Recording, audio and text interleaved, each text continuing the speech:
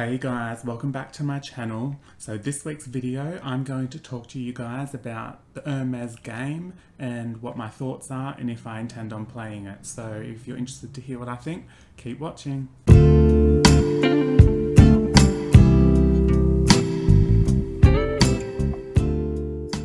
For those of you who don't know me, my name's Adam. I post videos about luxury and all things fashion. So if that's something that you're interested in, please don't forget to hit that subscribe button, hit the like button of this video and comment below. I've got plenty of other videos on my channel nowadays since I've started, so don't forget to check those out as well. So I've been a bit absent the past couple of weeks for those of you who watch my videos more regularly. That's mainly because I've been quite busy in my life lately. Work-wise, there's just been a lot happening. I've just changed into a new type of role. Things are very busy and I'm just kind of navigating all of that at the moment. So it's been a bit hard to find some time to sit down and do what I enjoy, and that's talking to you guys about things. All things luxury and fashion. So I've gotten that chance now, and I thought I would get this topic going because it's been something I've been thinking about lately. So I wanted to talk about Hermes and the game of Hermes to landing a Birkin or a Kelly, but more specifically a Birkin. So you guys have obviously seen, or if you watch my channel already, seen my video that I'll tag up here of me purchasing the Hermes Click HH bracelet that I got a few months back now.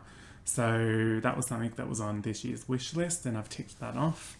I got that in the gold hardware with the black colorway, and that was something that I was happy to get, and I'm loving it and enjoying it. And since I've gotten that bracelet, I've kind of been thinking about Hermes and Birkins and Kellys and how they are something that everyone seems to want in the luxury world, or not everyone necessarily. Like, there's obviously people who aren't drawn to them, and they have a very big price tag, obviously. But I wanted to kind of touch on Hermes and my thoughts on the experience you get with them and trying to get a Birkin. For me personally, I do not have any intention of playing the Hermes game. The reason for that is because I just do not have the energy in me or the money to be playing the game with Hermes. I think they are a great brand. I love what they sell. I think Birkins are stunning and I would like to have a Birkin. However, I don't like the idea of playing that game with them because it involves me spending money in Hermes to build a profile for them to offer me a Birkin. Now, I understand that it's not always the case, and some people are lucky that they don't have to go and spend a lot of money in order to get that Birkin or the Kelly, and are lucky enough that they spend money on a few items and then they get that Birkin. However, I do not think that that's something I want to delve into and do, because while I like the homewares and the shoes and the accessories and things like that Hermes sell, I don't see myself buying a lot of it. And I don't really want to be spending a lot of my hard-earned money on that stuff when I'm not keen to, just so I can get myself my Birkin that I want. So if anything, I will more than likely be buying a Birkin when and if I ever have the disposable money to do so on the pre-loved market. And with the pre-loved market comes the other issue that they are scarce and they are something that everybody is trying to get, and they have a very high resale value in the pre-loved market. So there's that hurdle that you then have to cross, where you are spending more money on the pre-loved market than you would in store with Hermes. So there's that hurdle to get over as well. So then that makes me think, well, maybe it's worth spending that extra money and playing the game at Hermes in order to get the Birkin cheaper, because then at the end of the day, you will be spending that money on the pre-loved market essentially anyway. So there's obviously those two dilemmas that you have there. And that is something that I think Lily Shops addresses really well in her video that I'll tag here. She addresses that stuff, and I think she does it really well. I think Hermes are smart in doing the game and setting up the sale of Birkins and Kellys the way they do. And it's a business. At the end of the day, they are selling a good, and if you have the money and you want to purchase it, you will do so, and you will play that game. I thought I'd also tell you guys what type of Birkin I would get. So I've looked at all the different types of colours and construction you can get, the different leathers, and I think for me, and this will be another hurdle for me, is getting what I want, because I think a lot of people want these different ways to get a Birkin, and the type that I would prefer is to get a Birkin 30 in the Cellier construction with the colour taupe, and either in Epsom or Togo leather.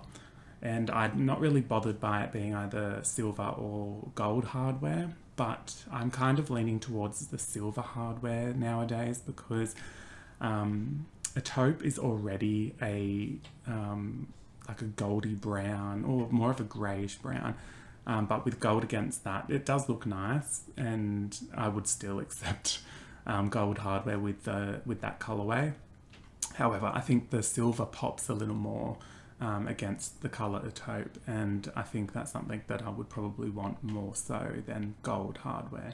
So that's essentially what I would look for in the type of Birkin that I would want to get. I originally was looking at getting or if I was to purchase a Birkin, I would get the size 25.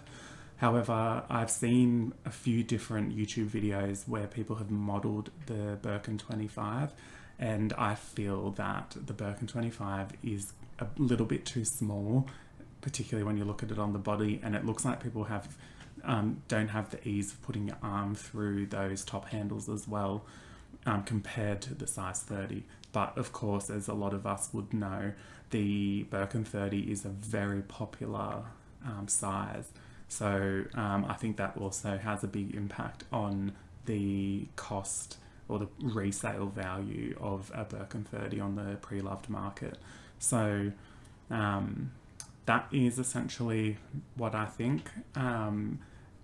Everyone likes to do different things with their money. If you're willing to and are happy to spend your hard-earned money in store and work with that sales associate to ultimately get the Birkin, then that's great. And honestly, I wish I had the time and energy and money to be putting into building that relationship in order to land that Birkin. The other thing as well is that you aren't even guaranteed to get the type of Birkin that you would like, because it might not be available in that store when they offer you one. So you kind of are going blind into this game without any guarantee of getting the one you want. So more than likely, I'm probably not going to have a Birkin, because I am particular. I want that type of Birkin that I just spoke about, which is already going to be difficult. Financially, it's going to be expensive, and I just think at the end of the day, I am more than likely not going to. But I also think that means I have more money to spend on the other types of bags that I would love to have. So I'm not mad about that at all. So yeah, that's essentially what I think about Hermes and the game to get a Birkin. That's the end of this week's video. I hope you enjoyed that, and let me know what your thoughts are about the Hermes game to get a Birkin. If you plan to play the game, or if you're already playing the game, and how that's going for you. If you're going to the pre-loved market, what kind of pricing have you seen for Birkin 30 in the Etope with Cellier construction? I'd love to hear what you guys think and what your opinions are about it. And if you don't like Birkins, if you do, I'd love to engage in all that conversation with you guys. So thanks again for watching, and if you haven't already, please don't forget to subscribe, like this video, and that way you can see all my content moving forward. So thanks guys, and talk soon. Bye.